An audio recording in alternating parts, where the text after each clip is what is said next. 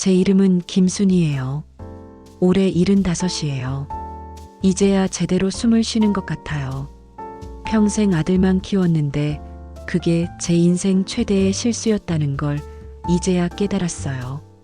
저는 1950년에 경상도 시골 마을에서 태어났어요. 7남매 중 셋째 딸이었죠. 그 시절엔 딸은 밥값만 축낸다고 했어요. 오빠들은 학교 가고 저는 동생들 없고 밭에 나가는 게 일상이었어요. 20살에 중매로 결혼했어요. 1970년이었죠. 신랑은 서울에서 온 남자였어요. 공무원이라고 했죠. 부모님이 무척 좋아하셨어요. 서울 가서 잘 살아라 하시면서요. 그렇게 저는 서울로 시집을 왔어요. 시댁은 서울 변두리에 있었는데 남편은 월급쟁이지만 안정적이었어요. 시어머니는 무척 엄한 분이셨어요. 결혼 첫날부터 제게 말씀하셨죠. 우리 집은 대대로 장손이 집안을 이어왔어. 아들 낳아야 며느리 대접받는다. 그 말이 제 가슴에 깊이 새겨졌어요. 1년 후 아들을 낳았어요. 민수였죠. 시어머니가 처음으로 웃으며 말씀하셨어요. 이제야 쓸모 있구나. 그 한마디가 기뻤어요. 드디어 인정받았다는 느낌이었거든요. 3년 후에 딸을 낳았어요. 지영이었어요. 근데 시어머니 표정이 굳어지는 게 보였어요. 또 낳아야겠네. 아들 하나로는 안 돼. 그렇게 말씀하시더라고요. 하지만 둘째로 아들은 오지 않았어요. 10년을 더 기다렸지만 소용없었죠. 시어머니는 늘 한숨을 쉬셨고 저는 그 한숨 소리에 가슴이 조여왔어요. 그래서 저는 아들 민수에게 모든 걸 쏟아부었어요. 좋은 옷, 좋은 학원, 좋은 학교. 민수가 원하는 건 뭐든지 해줬어요. 딸 지영이는 늘 오빠가 입던 옷을 물려받았어요. 지영이가 가끔 물었어요. 엄마, 나는 왜 오빠 옷만 입어야 해? 저는 대답했죠. 오빠는 장남이니까 당연한 거야. 넌 나중에 시집가면 되잖아. 그렇게 말하며 살았어요. 그게 당연한 줄 알았거든요. 민수가 중학생이 될 무렵이었어요. 지영이가 미술을 무척 잘했어요. 어느 날 담임 선생님이 전화를 하셨어요. 어머니, 이 아이 정말 그림에 재능이 있어요. 미대 보내시는 게 어때요? 저는 잠깐 생각하다가 고개를 저었어요. 선생님, 딸이 무슨 미대예요? 그냥 시집이나 잘 가면 되는 거 아닌가요? 전화를 끊고 나니 뭔가 찝찝했지만 민수 학원비 마련하느라 바빠서 곧 잊어버렸어요. 그날 밤 지영이가 자기 방에서 울고 있었어요. 문틈으로 훌쩍이는 소리가 들렸죠. 저는 모른 척했어요. 민수 학원비 어떻게 마련할지 고민하느라 정신이 없었거든요. 1995년 민수가 대학에 갔어요. 서울 시내 사립대였죠. 좋은 대학은 아니었지만 그래도 4년제 대학이라는 게 자랑스러웠어요. 등록금이 한 학기에 200만 원이었는데 남편 월급으로는 도저히 감당이 안 됐어요. 그래서 저는 시장에서 옷 장사를 시작했어요. 새벽 5시에 일어나 동대문 시장 가서 옷을 떼어왔죠. 손수레 끌고 다니면서 옷을 팔았어요. 지영이는 그때 고등학생이었어요. 어느 날 조심스럽게 물었어요. 엄마, 나도 대학 가고 싶어? 저는 피곤한 얼굴로 대답했어요. 넌 전문대 가. 2년만 다니면 되잖아. 빨리 취직해서 돈 벌어야지. 지영이 얼굴이 어두워지는 게 보였지만 저는 외면했어요. 지영이는 결국 2년제 디자인 전문대를 갔어요. 등록금은 민수의 절반이었어요. 그런데 이상하게도 제 마음도 절반밖에 안 갔어요. 민수 대학 입학식 때는 한복까지 차려입고 갔는데 지영이 입학식은 안 갔어요. 바빴거든요. 지금 생각하면 정말 미안한 일이에요. 2000년 민수가 회사에 취직했어요. 대기업은 아니었지만 그래도 괜찮은 회사였어요. 저는 무척 기뻤어요. 이제 내 아들이 효자 되겠구나. 그동안 고생한 보람이 있네. 그렇게 생각했죠. 2003년 민수가 결혼했어요. 신부 이름은 경희. 대학 동기였다고 했어요. 처음 만났을 때 경희는 예의 바른 척했지만 눈빛이 차가웠어요. 뭔가 마음에 들지 않는다는 표정이었죠. 결혼 준비하는 내내 경희는 시댁보다 친정을 더 챙겼어요. 하지만 저는 참았어요. 아들이 좋다는 여자니까 좋은 사람이겠지. 스스로를 그렇게 위로했어요. 2005년 남편이 정년퇴직했어요. 퇴직금으로 5천만 원이 나왔어요. 그 돈을 어떻게 쓸까 고민하고 있을 때 민수가 찾아왔어요. 아버지, 저 집 사는데 보태주시면 안 될까요? 전세에서 벗어나고 싶어요. 남편은 고민도 안 하고 3천만 원을 줬어요. 민수는 그 돈으로 경기도에 작은 아파트를 샀어요.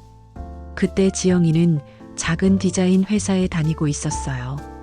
월급이 130만 원밖에 안 됐어요. 전세 보증금도 없어서 월세로 살고 있었죠. 어느 날 지영이가 조심스럽게 전화했어요. 엄마, 나도 전세금 좀 도와주시면 안 돼? 저는 바로 대답했어요. 너는 나중에 시집 가면 남편이 집 마련해 주겠지. 그때까지 월세 살아. 그렇게 말하고 전화를 끊었어요. 지영이 목소리가 떨리는 게 느껴졌지만 외면했어요. 2008년 민수네 집에 갔을 때였어요. 명절도 아니었는데 그냥 아들 얼굴이 보고 싶어서 찾아갔죠. 경희가 차를 내오면서 말했어요. 표정이 귀찮다는 듯 했어요. 어머니, 이제 명절 때만 오세요.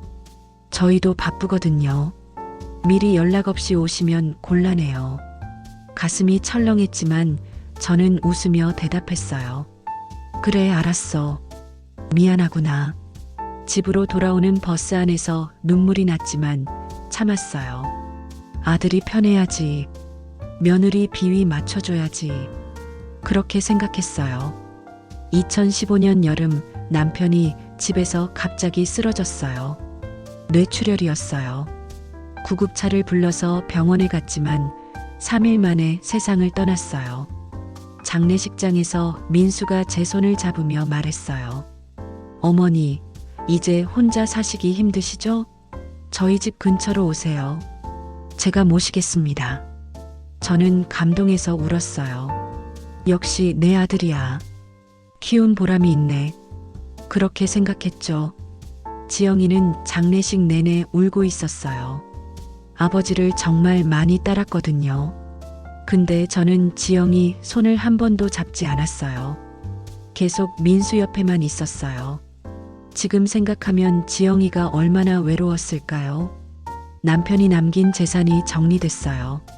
서울 변두리 아파트가 시세로 3억 원 정도였고 예금과 퇴직연금을 합쳐서 2억 원이 있었어요.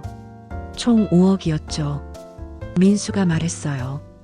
어머니, 그 집 파세요. 혼자 살기 너무 크잖아요. 그리고 저희 근처로 오시면 제가 자주 뵐 수 있어요. 저는 그 말을 믿고 아파트를 팔았어요. 3억 2천만 원을 받았어요. 그리고 민수네 근처에 전세 1억 5천짜리 작은 빌라를 얻었어요. 남은 돈 3억 7천만 원은 통장에 넣어뒀죠. 이제 노후 자금은 있으니까 편하게 살겠구나. 그렇게 생각했어요. 2016년 봄 민수가 찾아왔어요. 표정이 심각했어요. 어머니, 제가 사업을 하나 하려고 하는데요. 지금 다니는 회사 그만두고 창업하려고요. 투자금이 좀 필요한데 어머니가 도와주시면 안 될까요? 저는 물었어요. 얼마나 필요한데? 민수가 조심스럽게 말했어요. 2억만 빌려주세요. 1년 후에 이자 붙여서 꼭 갚을게요. 저는 망설였어요. 2억이 적은 돈이 아니었거든요. 하지만 민수가 말했어요. 어머니, 저 믿어주세요.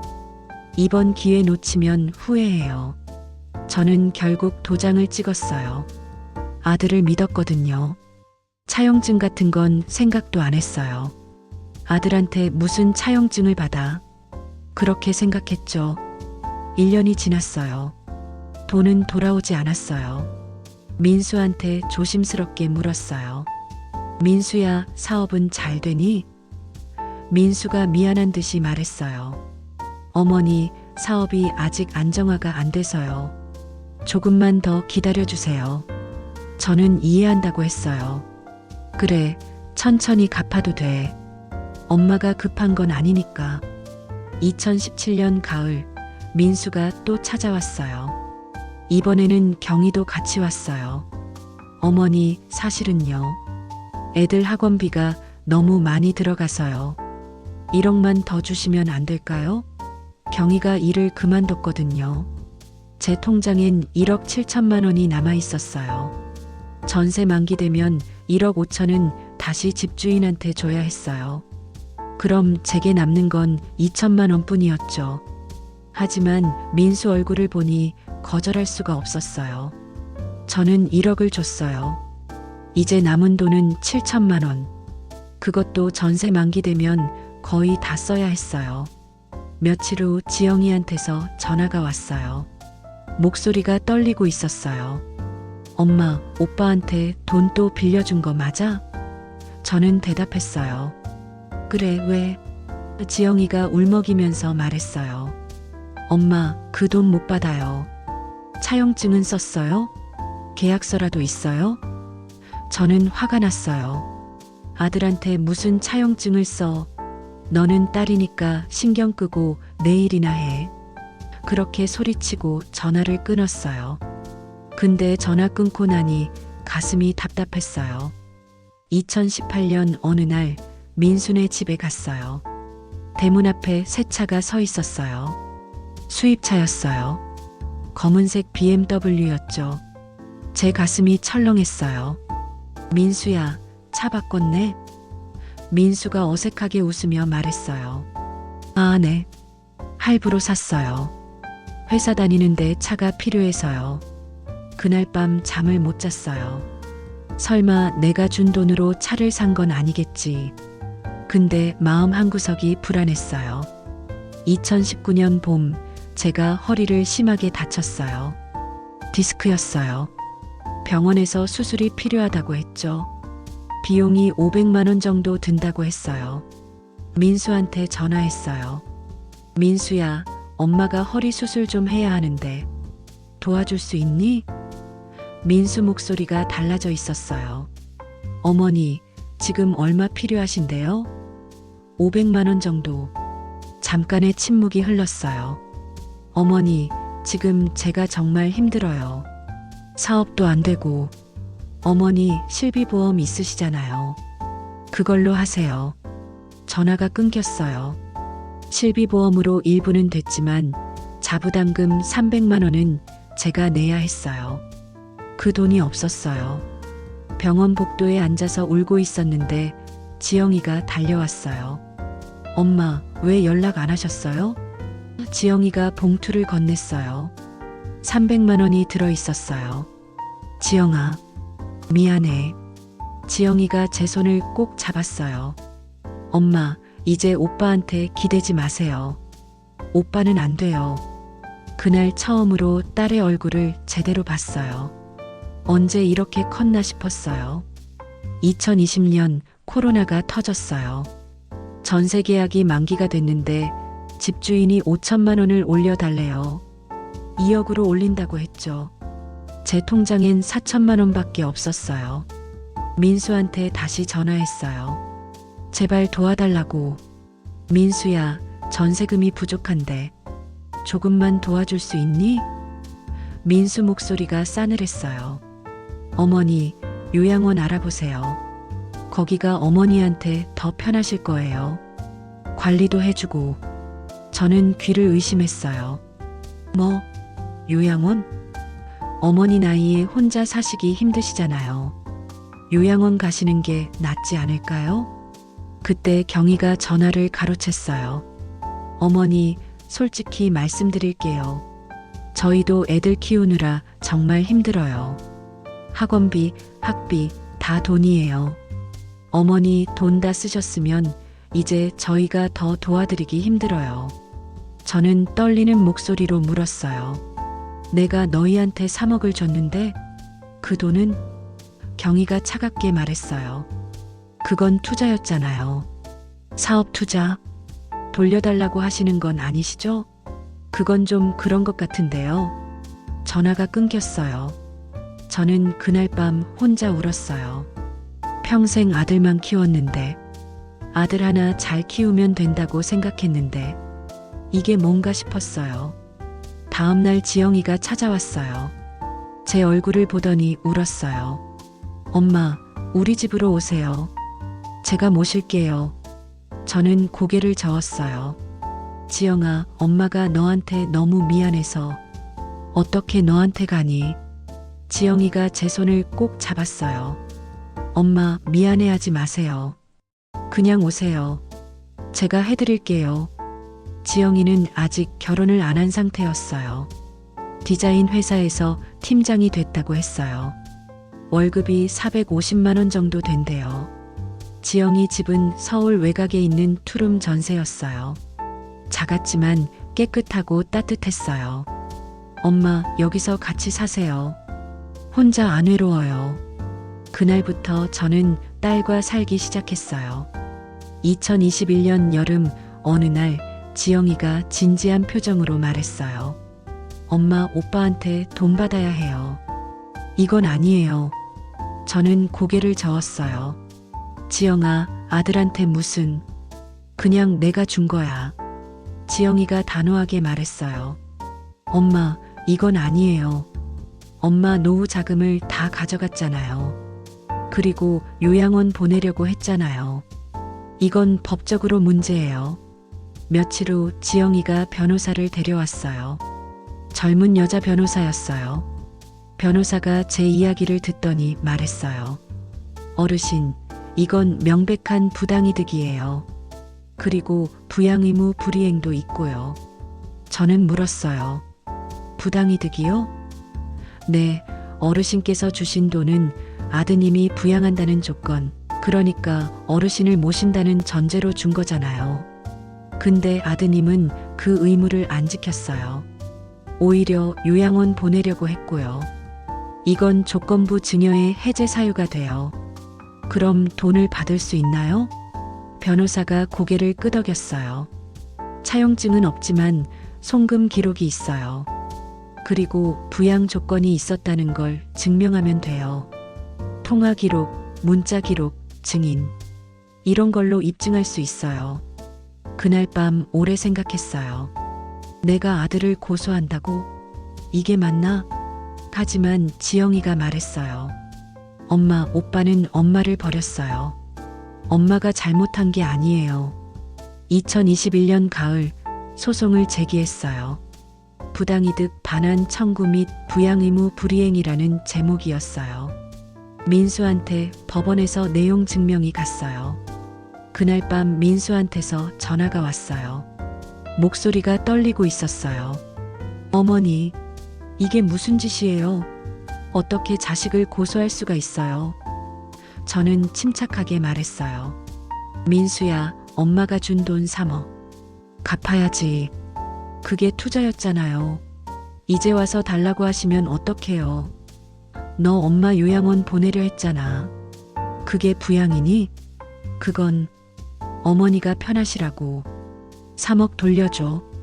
없어요. 다 썼어요. 차도 샀고 집도 고쳤고. 그럼 법원이 알아서 하겠지. 전화를 끊었어요. 소송은 1년 넘게 이어졌어요. 변호사가 증거를 하나하나 모았어요. 제 통장에서 민수 계좌로 간 송금 기록 3억 원, 민수 계좌에서 나간 돈들 수입차 5천만 원, 해외여행 1천만 원, 집 리모델링 3천만 원, 요양원 상담했다는 통화 기록, 명절에도 안 왔다는 증거, 제가 다쳤을 때 도와주지 않은 기록, 지영이가 증인으로 나섰어요. 2022년 가을 1차 판결이 났어요. 재판장이 판결문을 읽었어요. 원고가 피고에게 준 3억 원은 피고가 원고를 부양한다는 조건하에 증여로 인정된다. 그러나 피고는 부양 의무를 이행하지 않았고 오히려 원고를 요양원에 보내려 하였다. 이는 조건부 증여의 해제 사유에 해당한다. 따라서 피고는 원고에게 2억 원을 반환하라. 2억이었어요. 전부는 아니었지만 제 노후 자금을 일부라도 돌려받을 수 있다는 게 다행이었어요. 민수가 항소했어요. 변호사를 새로 선임했대요. 2심 재판이 시작됐어요. 2023년 봄 2심 판결이 나왔어요. 원심을 인용한다. 다만 지연이자를 포함하여 피고는 원고에게 2억 3천만 원을 반환하라. 지연이자까지 포함해서 2억 3천만 원. 4년 동안의 이자가 3천만 원이었어요. 민수는 더 이상 항소하지 않았어요. 하지만 민수는 돈이 없다며 버텼어요. 법원이 재산을 조사했어요. 민수 명의 아파트가 시세 5억 원, 경희 명의 예금이 8천만 원. 법원이 아파트 가압류를 결정했어요. 그제야 민수가 움직이기 시작했어요. 2023년 여름 어느 날 민수가 찾아왔어요. 지영이 집 앞에 서 있었어요. 처음 보는 초라한 모습이었어요. 살이 빠져 있었고 눈빛이 흐려져 있었어요. 문을 열자 민수가 무릎을 꿇었어요. 어머니, 제발, 제발이요. 저는 아무 말도 안 했어요. 어머니, 제 집 빼앗지 마세요. 애들이 어떡해요. 애들 학교도 옮겨야 하고. 저는 조용히 말했어요. 너 나를 요양원 보내려 했잖아. 어머니, 그건 제가 정신이 없어서 정말 죄송해요. 3억 받았으면 1억은 어딘가 남았을 거야. 나머지는 내 집 팔아서 갚든지 대출 받아서 갚든지 해. 민수가 울었어요. 어른이 된 아들이 우는 모습을 처음 봤어요.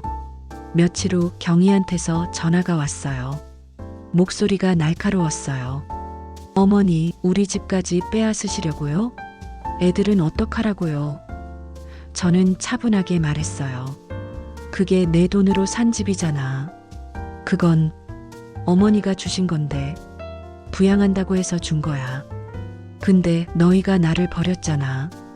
이제 내 돈 돌려받는 거야. 어머니, 우리 전세로 내려가야 해요. 애들 학교도 2억 3천 주든지 집 팔든지 선택해. 전화를 끊었어요. 2023년 가을 민수가 결국 아파트를 팔았어요. 5억에 팔려서 대출 2억을 갚고 제게 2억 3천을 줬어요. 남은 돈으로 경기도 외곽에 작은 전세를 얻었대요. 민수네는 그렇게 강남에서 경기도 외곽으로 이사를 갔어요. 그 돈으로 저는 지영이와 함께 작은 아파트를 샀어요. 서울 외곽 20평짜리. 전세가 아니라 우리 집이에요. 명의는 반반으로 했어요. 지영이 이름과 제 이름. 지영이가 말했어요. 엄마, 전부 엄마 이름으로 하세요. 저는 고개를 저었어요. 아니야. 반은 내 거야. 엄마가 너한테 너무 못했잖아. 2024년 초 저는 공증사무소에 가서 유언장을 작성했어요. 내 재산은 전부 딸 김지영에게 상속한다. 아들 김민수에게는 유류분을 포함하여 단 1원도 상속하지 않는다. 이는 아들이 부양 의무를 저버렸고 나를 요양원에 보내려 했으며 내 노후 자금을 빼앗아 갔기 때문이다. 공증까지 받았어요. 변호사가 말했어요. 이렇게 하시면 유류분도 차단할 수 있어요. 정당한 사유가 있으니까요. 2025년 지금 저는 지영이와 함께 작은 아파트에서 살고 있어요. 좁지만 따뜻한 집이에요. 지영이는 여전히 회사를 다녀요. 이제 부장이 됐대요. 저는 집에서 지영이 밥을 해줘요. 지영이가 좋아하는 반찬을 만들어요. 이제야 딸을 위해 뭔가 해주고 있어요. 너무 늦었지만요. 지난 추석에 민수가 왔어요. 손에 아무것도 들지 않고요. 초인종을 눌렀어요. 문을 열자 민수가 서 있었어요. 어머니, 저는 조용히 말했어요. 이제 오지 마. 어머니, 제발. 저 정말 반성하고 있어요. 넌 내가 죽으면 재산 노릴 거잖아. 유언장 써뒀어. 너 한 푼도 없어. 다 지영이 갖는다. 민수 얼굴이 창백해졌어요. 어머니, 그렇게까지 해야 해. 내가 나한테 그랬잖아. 민수가 울면서 돌아갔어요. 지영이가 제 손을 잡았어요.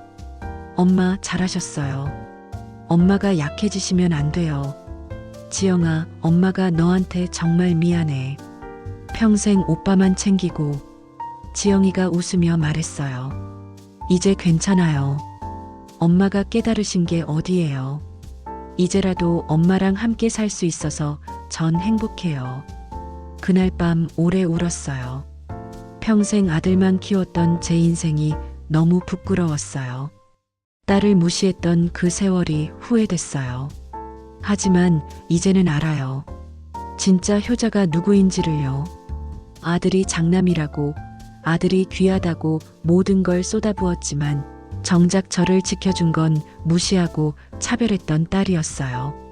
딸들을 키우는 어머니들에게 말하고 싶어요. 딸도 아들만큼 소중해요. 아니, 어쩌면 더 소중할지도 몰라요. 차별하지 마세요. 성별로 나누지 마세요. 아들만 키우는 어머니들에게도 말하고 싶어요. 재산 다 주지 마세요. 조건 없이 주지 마세요. 나중에 버림받고 후회해도 늦어요. 저처럼요. 저는 75년을 살아서 깨달았어요. 늦었지만 지금이라도 깨달아서 다행이에요. 오늘도 지영이가 퇴근해서 돌아와요. 엄마, 저 왔어요. 오늘 뭐 해드릴까요? 그 목소리가 세상에서 제일 따뜻해요. 이제 제 남은 인생은 딸을 위해 살 거예요. 평생 아들에게 쏟았던 사랑을 이제는 딸에게 주려고요. 늦었지만 지금이라도 제대로 하려고요. 감사합니다. 제 이야기를 끝까지 들어주셔서요. 혹시 저처럼 아들만 챙기고 딸을 무시하는 어머니가 계시다면 한 번만 돌아보세요. 딸도 봐주세요. 성별이 아니라 사람을 보세요. 그게 제가 75년을 살면서 배운 가장 큰 교훈입니다. 그리고 노후 자금은 꼭 지키세요. 자식이라고 다 믿지 마세요. 조건 없이 주지 마세요. 나중에 제 꼴 되면 너무 비참해요. 늦었다고 생각할 때가 가장 빠른 때라고들 하잖아요. 저는 75세에 깨달았지만 그래도 지금 행복해요. 진짜 소중한 사람 옆에 있으니까요. 안녕히 계세요.